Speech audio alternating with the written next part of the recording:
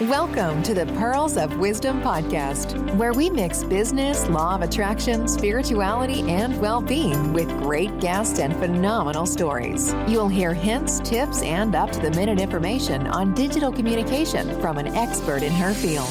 Pearl has some wonderful individuals in her networks, and she will be interviewing them all at some point in the future. Enjoy your listening.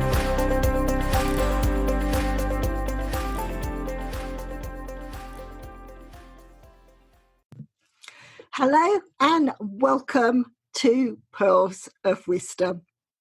And today I have a really wonderful, wonderful guest. I've known this lovely lady for a while now, but sort of meeting her and chatting to her, our relationship has grown and grown. She knows her. She's an expert in her field. She knows her knowledge is just phenomenal. And I'd like to introduce you to the lovely Lorraine Crookes, sexual energy practitioner. Welcome, Lorraine. Thank you, hon. Thank you. I've really been looking forward to this. I know we've tried a few times, but it's just getting all the energies are aligned. Today is our day and it's all going to come together. So thank you so much. Yeah. Without further ado, I'm going to jump in with the first question. Now, Lorraine, can you describe your career path to date for us, please? Yes, Carol. So my career path, I started off when I left school. I worked in health and social care as a carer, and then worked through to become an MVQ assessor, working in care homes and children's homes, and then became a lecturer in a college. So very much education-based. And my last post in education was middle leader, working as the head of department in a health and social care area. I was teaching A-level and GCSE. But it wasn't really my whole life, because I had a bit of another bubble.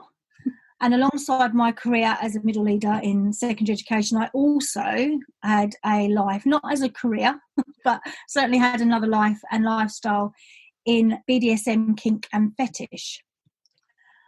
And for the 20 plus years that I had my career, certainly in secondary education, I also had this other life going on. So it was a really difficult yin and yang to manage, because I had the responsibility of being a teacher and I had the responsibility of the young people I was caring for, but I also had this need in me to explore these other things. Yeah. And about 4 years ago, that kind of need became a bit too much. And after bouts of depression and feeling judged, more self-judgment than anything, but just feeling judged and worried about the balance, I guess. And obviously as my career ladder went up, how that would work, and decided to give up teaching and pursue my current career, working as a sexual energy practitioner. So I kind of turned my hobby on its head into my purpose and passion.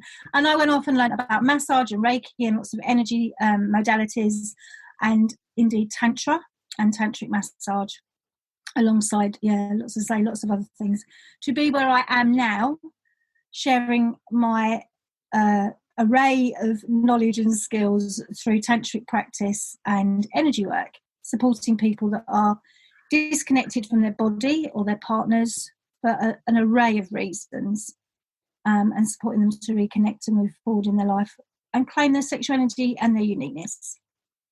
And that is just so brilliant. I know, where we were just talking prior to recording, your passion comes through the way you help people and the people that gyrate to you, because you are so good at working with people. It's just fantastic, and it's so great to hear. And where you can actually turn that whole career on its head, and I know from the energy work you do and everything, it's just brilliant, and you offer so much to so many people. I'm just so grateful that you're sharing with us today. So thank you. I will move on to our next question. You might have covered little bits on it in your introduction, but can you name 3 things that made you choose your current career and why? Okay, so I think the 3 things that made me choose my career were probably fear, shame and judgment. I kind of think it chose me because those things became so profound in my life that I couldn't have gone on as I was. They were making me ill because I felt shame and fear and judgment around my lifestyle choices, and therefore it kind of definitely chose me. And they're the people I work with now, the people that are in those places of fear, shame, and judgment. Whether it's people that have been through trauma, abuse, whether it's people going through menopause, men going through relationship breakups, they're all in a place of either fear, shame, or judgment, and just lost and disconnected from who they are on a physical level and on an energetic and sexual level. And I see you, and all I see is power, and see how strong you are and what you share.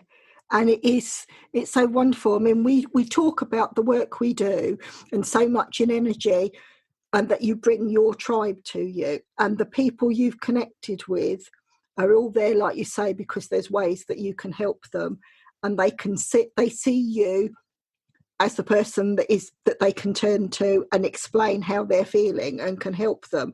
And I've seen the difference where you've worked with people and where you've shared things, just the short time that we've spoken more often, and the difference and how your business is growing from strength to strength simply by what you're offering, and as you draw your tribe towards you. It's just brilliant.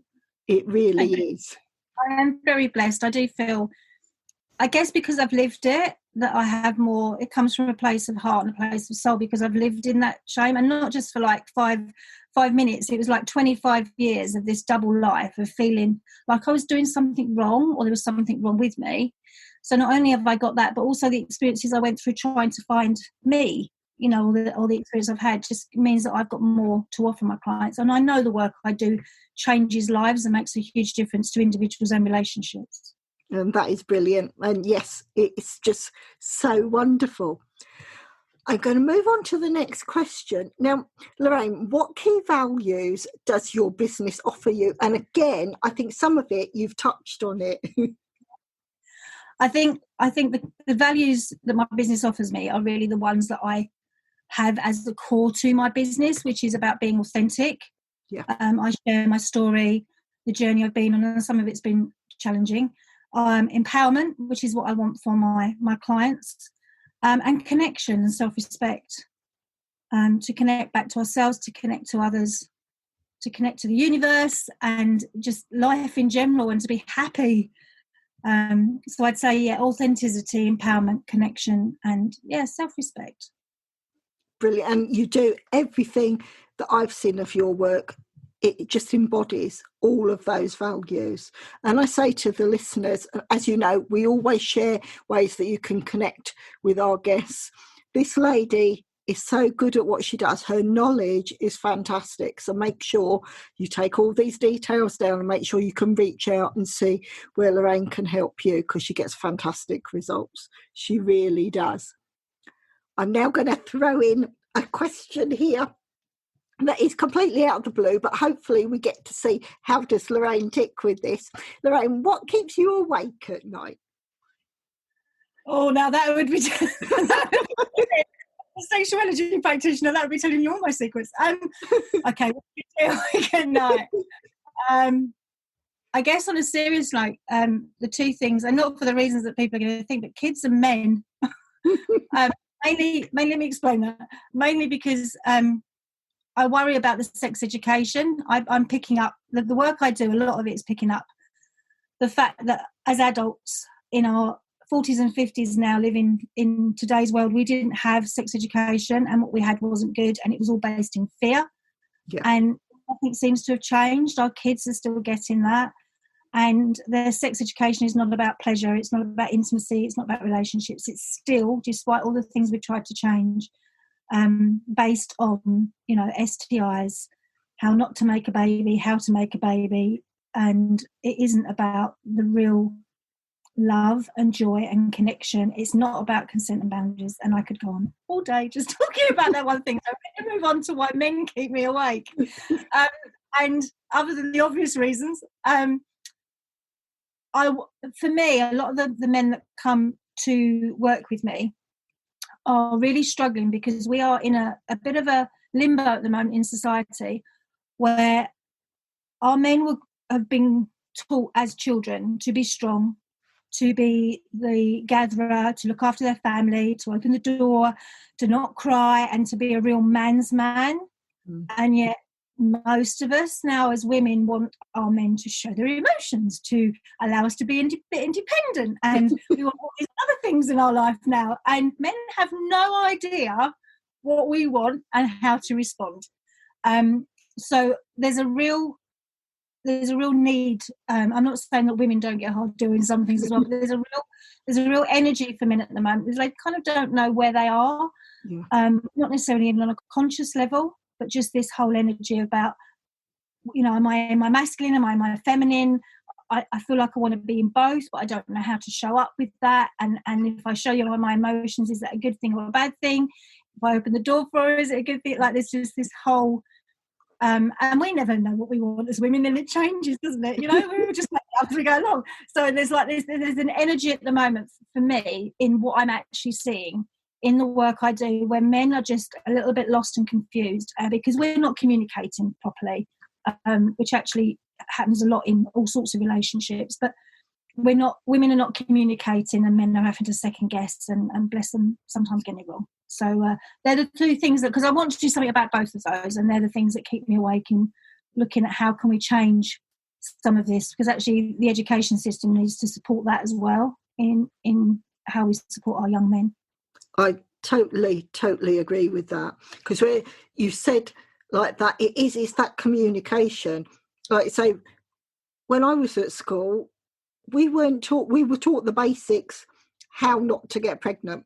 Like, so we weren't even told, yes, girls are taught about periods and that's it. I wasn't taught anything about the menopause. So when I first went into the other end, it's like you're back at school again and you have to find out. And it's people say, well, how do you reach out and who do you talk to? And again, it's the work you're doing where you're teaching people to discuss what they want and how they're feeling, and so that relationships grow from that. But like you say, it's not something that's even been part of education for so long. And even as simple as communication, because actually communication between young people that then gives them the confidence to communicate in the bedroom and the areas of boundaries and consent. Often we don't know how to say yes, and we don't know how to say no, and we don't know how to say maybe that's not okay for me now, but I might change my mind. And none of those things are taught. And I think guys in particular struggle with that. They struggle with rejection. They struggle with asking for what they want. And that's why I love Tantra, because Tantra massage is all about the communication. It's asking for what you want. It's having your needs met at that time, but it's about knowing your boundaries and the other person's boundaries. It's just a beautiful way of experimenting with communication and boundaries, which we don't get. It just doesn't happen in life. Yeah. And I say to the listeners, see, this lady knows her stuff. And as you're talking about that, my crown chakra is going off because I could connect with everything you're saying. And I think most of the listeners would do the same. And like you said, we're not taught to do that. And then half the time you don't know what's right, what's wrong. How are you supposed to, there isn't any role models that you can follow, which is why I love the work you're doing so much. It's groundbreaking in that it's actually helping people to move forward and say, yes, this is right. It's okay to feel like this. This is how you can work with it. And I say to the listeners again, this lady, the information she has to share is just brilliant. It really is. Now, I will just move on. See, Lorraine, where and how do you work best? Where and how? Okay, where would be my cabin? I have a beautiful cabin in the garden where I live, which I absolutely love, and it kind of gives me a beautiful safe space to work with my clients. So that's probably where. How? I guess the how is probably just I work intuitively, and I work in a safe space that's got the boundaries and consent. And I love what I do, so therefore if I'm in flow, that's my how, to be in flow with what I'm doing. Yeah. So I mean, I do work. I do outreach and outwork as well, and I do some work on Zoom. But in my cabin, connecting with my client, especially with the tantra and the tantric massage, to be in a space with somebody else where you can really share the energy is beautiful, and probably how I work best, on a one-to-one, just sharing that space, holding space for them, allowing them to journey with no set destination, but just a journey of discovery, I think is beautiful. And I feel really blessed I have the opportunity to do that with my clients. That is wonderful. And I can testify, if you can actually follow Lorraine on Facebook, and we will send all the links in the description, the images of where Lorraine works from that you share on Facebook, that are wonderful. And it's just pure harmony. I look at it, and just peace, tranquility. It's just wonderful. You can just relax by looking at the pictures you share. It's just gorgeous. It really is. Very lucky.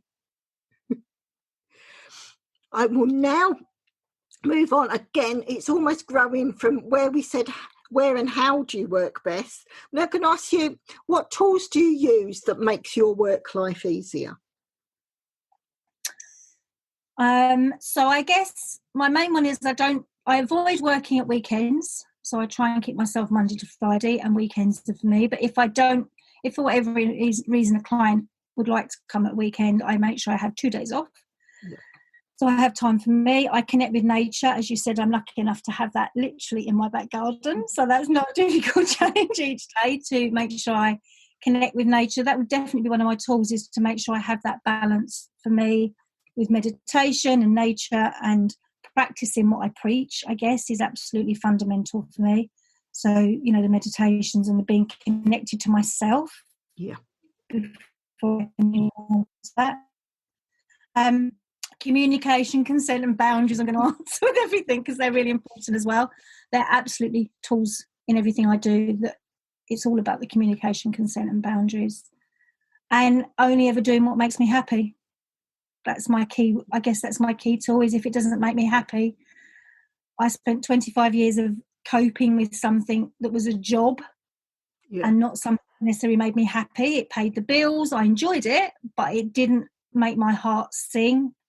And now I feel into that. And if it doesn't make my heart sing, I either tweak and change, or if it's not serving me, then I don't have it as part of something I do.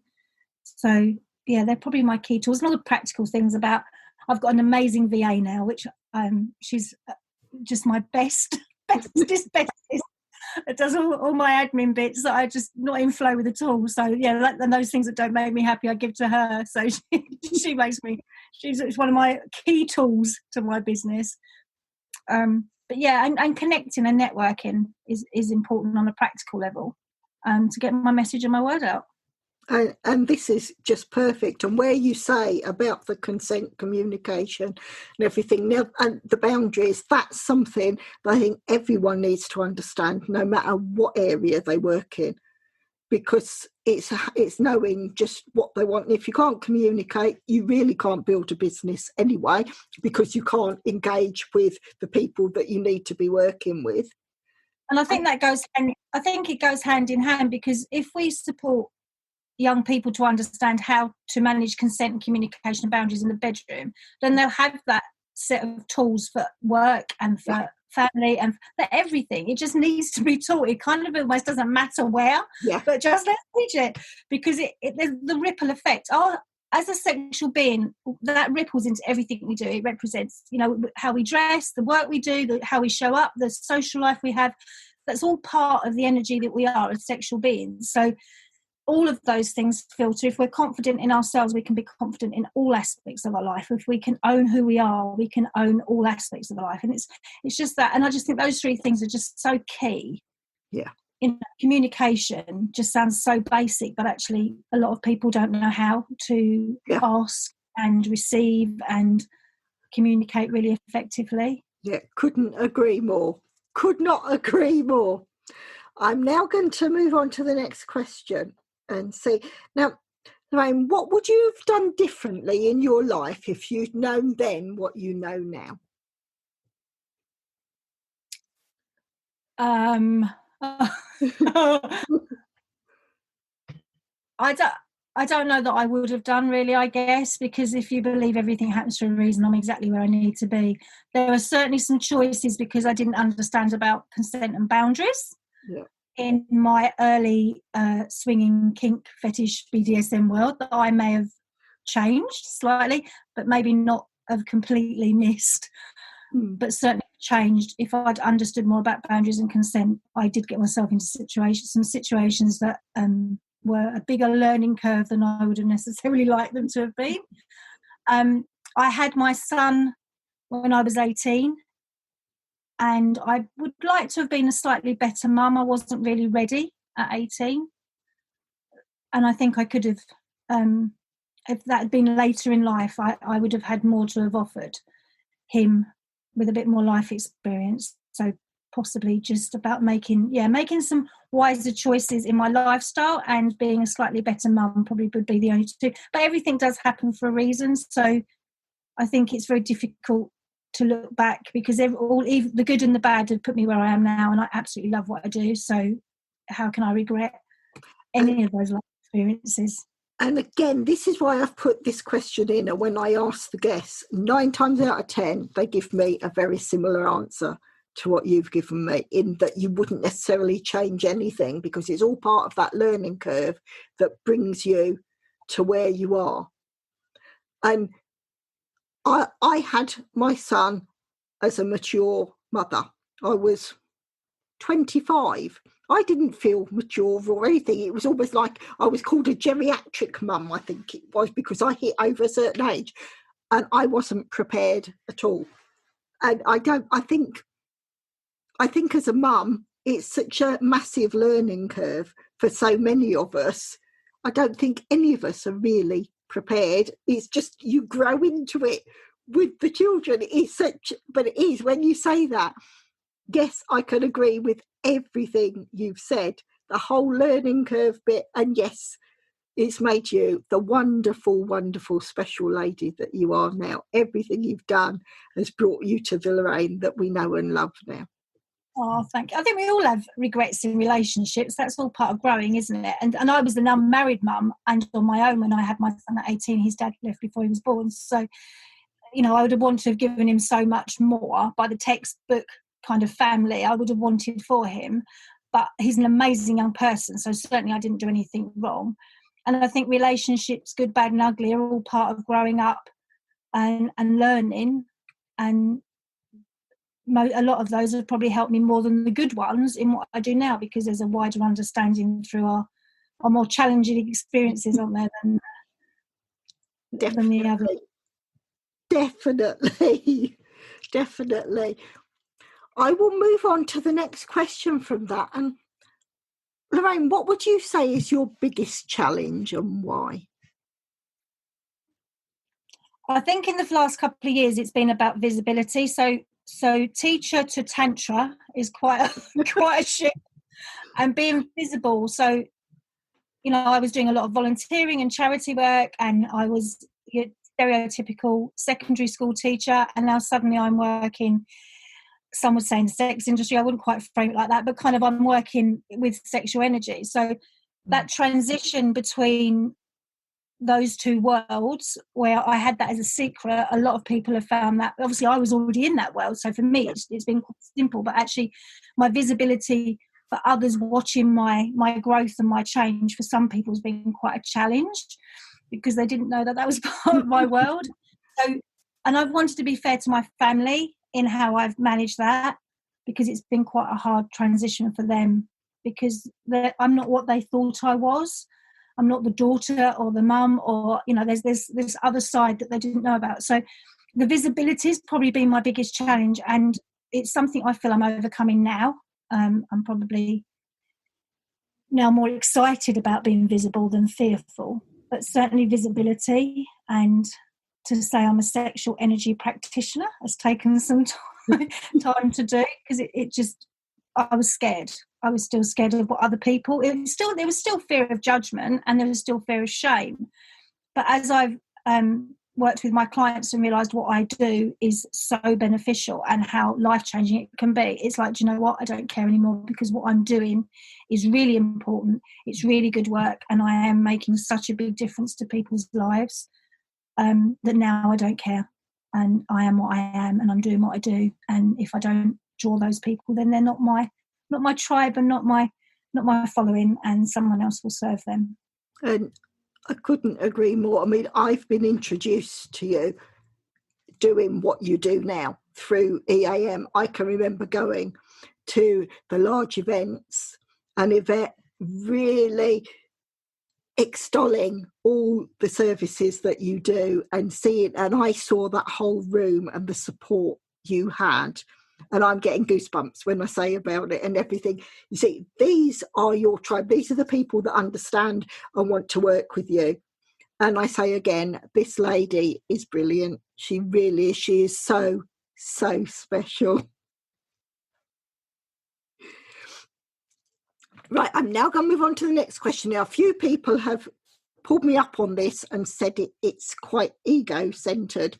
So I apologise. I didn't think of it as being an ego question at the time, but I'm learning. I'm on this journey of self-discovery, and there's times I'm thinking maybe I should have reworded that. But I'm going to go with it anyway. Lorraine, how do you want to be remembered? I would like to be remembered as me, I guess, and someone who made a difference. Yeah. And someone that my family are proud of. Yeah. And friends are proud, and I'm proud of. Yeah. But just to have made a difference, left my little mark in the world. I've got some big visions for my business and for the things I want to do. So maybe a bigger mark.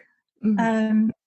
Well, I don't know, but just to have made a difference to a significant amount of people's lives and left a mark in the universe as I move on to the next layer of life, and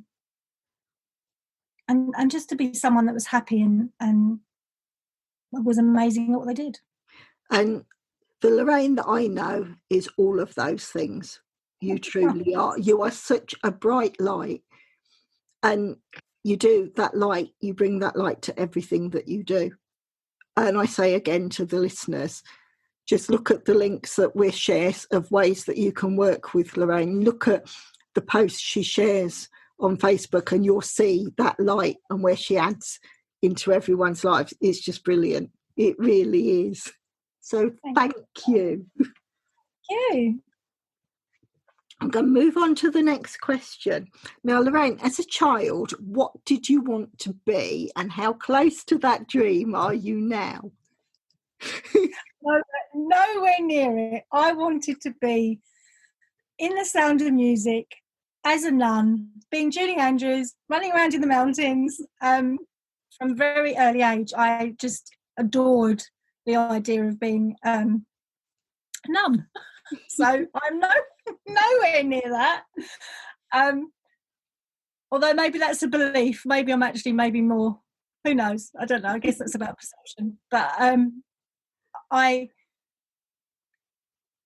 I guess I have got the mountains and the freedom in the sense of in my heart. I feel like I'm running through those hills, and I have got, the freedom, and I do believe in me, and I do believe in the universe. So maybe I'm a bit nearer than I thought, but I know that I am in the right place. Yeah. And doing what I need to do. But yeah, when I was little, I wanted to be a nun, which it's really funny. Those Facebook quizzes you do of what should you have been in your life and all that. They always come up as a nun. If you scroll through my Facebook page, you'll see about 6 different ones over the years that I've done. And it's like every time it's a nun. It just makes me chuckle. But I guess there may be some similarities, but maybe not many. I'm happy doing what I do, and I do feel like I run through the hills, so that's probably the nearest to it. Oh, and this is so wonderful. Now, I did a podcast interview this morning as well. We were talking about Netflix, and then I don't know how many of the listeners are watching Netflix, but there's something on there called Warrior Nun. Have you seen it at all? It's absolutely brilliant. It's this woman that can kick ass something brilliant. She is fantastic. And you saying that, he just puts a whole different spin on it as well. I can kick ass nun. I can do that. And it's so brilliant. A lot of people in the spiritual groups that I've been are raving about this warrior nun, and you sharing about what you wanted to be. It just I know I deviate from the subject slightly, but it's wonderful. It really is, and it all happens for a reason. So you will make a brilliant warrior nun. You really would. And after that, see, I digress all these times. Now, this is me and one of my guilty pleasures. I think a lot of people that listen to me know I love books and I love reading. And so I always add this question is, Lorraine, can you name 3 titles of your favourite books and why you've chosen them, please? So I guess as a teacher, this is probably the worst confession ever, but I'm not really a cover-to-cover book girl. And if I do, it is more textbooks. However, I have got my hands on a couple lately that I'm really enjoying, and one of them is about Tantra and menopause, and how Tantra can support women going through menopause, which I'm actually finding very enlightening. I've worked with women who have struggled with menopause and helped them reconnect to their bodies. So for me, it's having a deeper understanding to be able to support. And also, The Power of the Pussy is another book I've been reading. Which was another enlightening novel. Always something to learn.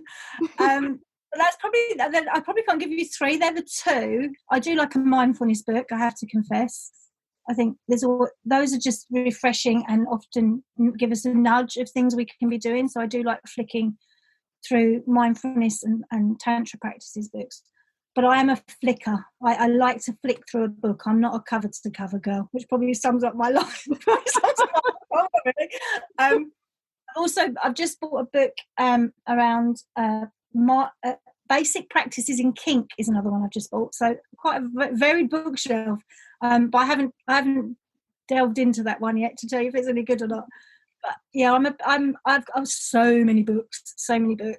But I like to pick up and put down. And if 50 Shades of Grey, it's pick up, put down, and then throw out the window. But other than that, I like a book. Yes, I can relate to that, because I think a few of the listeners will have heard me say I did English as my degree and I had to study loads and loads of books, and I got to the stage when people said to me, what sort of books do you like to read? I couldn't tell you, because I had so many that I had to read.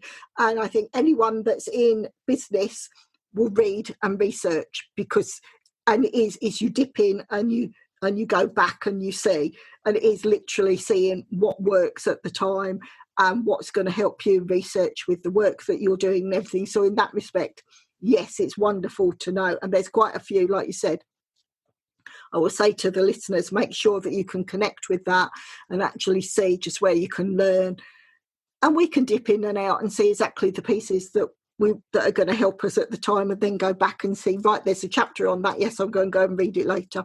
So yes, that is brilliant. So thank you for sharing that. And whether this has come from reading all the books, I'm not sure. But Lorraine, who would you say are your key influencers and why? I would say the people that I've met over the years in the BDSM, kink and swinging world, because those people are people that really own who they are, and connect with who they are, and I think they probably influence me a lot. My clients, 110%, because they are it's only through working with men who are struggling, who are owning up about how porn has influenced them, etc., that I can then understand how I can support people further. So my clients are my source. They influence the work I do, because without them, I don't have the knowledge of understanding the issues that they're facing, whether it's menopause, whether it's not understanding how to communicate with a male or a female partner. So definitely my clients. Oh, who else? just so many people in my life. I've worked with transgender clients who have hugely impacted and influenced me in understanding how we are a person and not necessarily a male or a female, that Barbara and Bob can be the same energy. Yeah. And understanding at a real deep level how it's about the person and the soul and not the body that we are given. Yeah. So that's been hugely influential.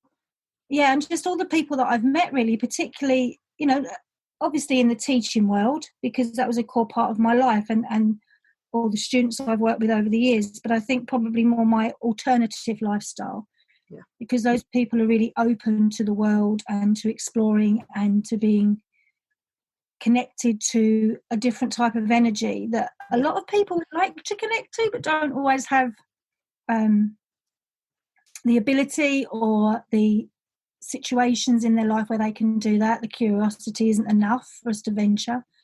And I was supported and held in most of my experiences enough to feel safe and be able to try new things, which has given me the confidence to support my clients. You know, if someone had said to me I would be doing this work now, even 5-6 years ago, you know, a lot of my massages, I'm working with a client on an equal, so even in my massages quite often I'm just wearing my knickers, and if someone had said to me that, you know, if I went shopping for my uniform it would be in Primark buying knickers, and that would be I'd be like, really? But it's just like I've got that confidence now where I can be at par with another person. You know, I'm expecting them to be there and be vulnerable and connect with their energy, and therefore I am as well. And it's just all those people who give me all those bits in my life that I can now be so empowered to help somebody else on a physical, emotional, mental level, and know the power of what I'm doing and the huge impact it has on people. Just every person in my life has impacted me, which is a real cop-out answer, but it's so true. But that is what makes you so special, because you have got, there's a bit of you that has gone to every single person that you've worked with that has impacted on your life. And where you say about all these different influencers and the people that are brave enough to stand out and say, right, yes, this is what I want to do and move forward. And that is in life in general. If we're not prepared to stand up and be counted and say, this is me, this is what I do, this is how I can help you, it makes such a difference. And to hear you say that, it's wonderful. It really is. I think one of the key things I've learned is it's all part of the same thing. Okay, you know, we give this label to sexual energy as this like taboo, giggly subject, but actually, one of the things I learned when I started doing the energy work, when I started doing mindfulness, was I realised that as a submissive, when I was with the dominant person and I was being submissive, I was being mindful. I couldn't be anywhere. I had no choice to be anywhere else, but I couldn't, in my mind, be anywhere else, but be present in that moment, because that was the energy that was created. And that was pure mindfulness for me. And when I remember doing the course, and I remember the lady saying it's moment to moment, non-judgmental awareness. And I remember thinking, I already do this stuff, but I do it in a different place. And it's just about supporting people to understand that sexual energy is just another energy. And it doesn't have to be a big taboo subject, because actually all the experience we're having, no matter how we show up with our sexual energy, is about exploring who we are. Yeah. And it might be about being mindful. It might be about connecting to our body on a physical level, an emotional level. And there's just so many layers to it that it's all part of the same thing. Yes, I've been a teacher and I've worked with young people and I've supported them and I've helped them grow. And now I do that with adults in a different way. Yeah. But actually, it's the same. It is all part of the same thing. It's all about energy. It's just that we have this word called sex, which makes it all a bit and it really doesn't need to be. It really does not need to be, because sex is one of the best things ever. It's to be something we're all having a conversation about and don't care about, and having open conversations about, because it's such a huge part of our lives. It is, and it's so wonderful hearing your energy and your passion. And I say to the listeners, the energy on this call, on this interview, is great. Like, my crown chakra's gone off, I've got goosebumps and everything. The energy you are sharing is just fantastic. It really, really is. I'm going to move to this next question. This is the longest question, so I have to do a great big deep breath before I start saying it. But Lorraine, if you could share a great meal with anyone, alive or dead, what would the meal be and who would it be with? I think my meal would be a banquet. And I think, given what I've said about having my son at 18 as an unmarried mum, and the journey that I've been through in the transition of my career and all the things I've done in my life, I would probably take my whole family on a 3-month vacation and have a huge banquet, because they've been through an interesting journey with me, and I think it's the least they deserve. So I would take my family for a meal, but ideally I'd really stretch it out to a 3-month vacation and on a beautiful island, and just spoil them rotten for still loving me and supporting me in everything I do, no matter what it looks like. Oh, that is just wonderful. And it also reflects so many of my guests. Where to ask this question, so many people say family. Yeah. And it shows how you've got that bond and everything like that. And the idea of a feast, a banquet, and 3 months on a wonderful island just sounds like bliss. It really does sound like bliss. Just wonderful. Yeah, it's the least episode. Where has the time gone? We're down to the last 2 questions. It's just whizzed past. I could listen to you all day. I really could. I love talking to you, Lorraine. I'm going to put these 2 questions together because I do think they complement each other. So first of all, can you let us know what services or items do you offer to your clients or customers? And do you have any special offers at present?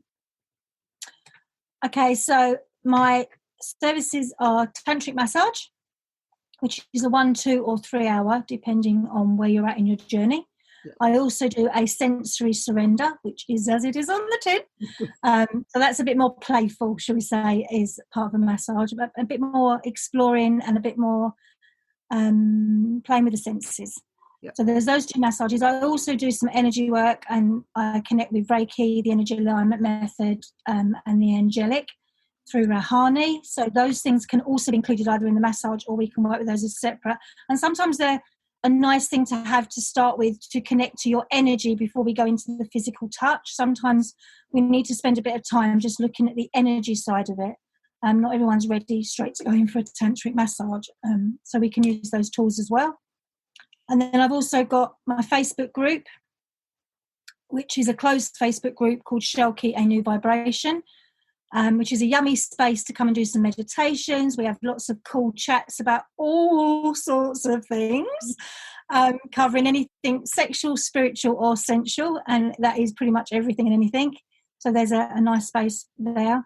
I'm currently sorting some online courses. I've got one running in July and August called Sanctuary for the Soul, which is a real beautiful spiritual connection to heartfulness, self-awareness, breathwork, meditation, and just a real soul connection. And I've got some others coming up of sensory surrender and orgasmic essence. I'm not telling you what that's about. You can see if you can guess. What else have I got? I've got a free PDF. If you go onto the website, there's a space you can download a free PDF on sexual confidence. Brilliant. I think that's it for now. Who knows? You do. You offer so much, and I say to the listeners, I told you need pen and paper, and we will share all of these links so you can reach out and connect with Lorraine on the description for the podcast. But you offer so much, and the energy on this interview is just wonderful. And like I say, I've seen the images you share on Facebook. It's just wonderful. It really is. And I say to all the listeners, just reach out. This lady is so special. Just reach out, connect with her, and see just how you can work with her, because she is just brilliant. And I'm more than happy to do Zoom, if people want to chat, because they're not sure, and it is something different, and I get that. If people want to connect and reach out, either just through my Facebook Messenger, or if they want to connect through the website, which is www.shelky.com, they can contact me through the page there and I'll get hold of them, and we can do a Zoom or we can do a phone chat, and I can tell them a bit more about how tantric massage works. There's also some testimonials on my website and a couple of videos on my Facebook page which talk about their people's experiences and how they found it helpful, which some people might find useful. And this is all brilliant. Right, where we're doing the interview now, it's in a time of COVID where we've been in lockdown and everyone's lives have been thrown up in the air, and that you offer things online and ways to connect. Means that people don't need to suffer. No matter where they are, they can reach out to you and they can work with you, and that is what's so wonderful. Yeah, and what I've been doing over this time is where people have reached out, and particularly if they wanted a massage, we've looked at some stuff. So they've either joined the group or we've looked at some stuff they can do in the meantime. So I've got a bank of exercises and activities, and that's why I've written these little courses. And the ones I'm doing at the moment are going to be on Zoom, but those will then go into the e-learning and be on the website available as an e-learning, which people can just do in their own time as and when. And I'm going to build up a bank of courses. Some of them are going to be spiritual, some of them are going to be sensual, and some of them are going to be neither. Some of them are going to be pink and playful and fun. So there's going to be a real range of not just one big course, but just real nuggets that people can just buy little bits here and there if they want to. And a few freebie meditations are going to be on there soon as well. So just keep your eye out because there's lots of goodies coming. Oh, that is brilliant. Absolutely brilliant. And it just leaves me to say a massive thank you. You are such a wonderfully special lady, and I am so grateful that you've taken the time to be our guest. And it's lovely to learn and just grow with you. It's just wonderful. It really is. Thank you so much. Thank you, Pearl. Thank you for listening to the Pearls of Wisdom podcast. We hope you have enjoyed the content shared. Please share with others who would like to enjoy these interviews and discussions. If you would like to support the podcast, please follow the link in the episode description. If you want to be a guest on the show, reach out and let's discuss next steps. Until the next time, enjoy your listening.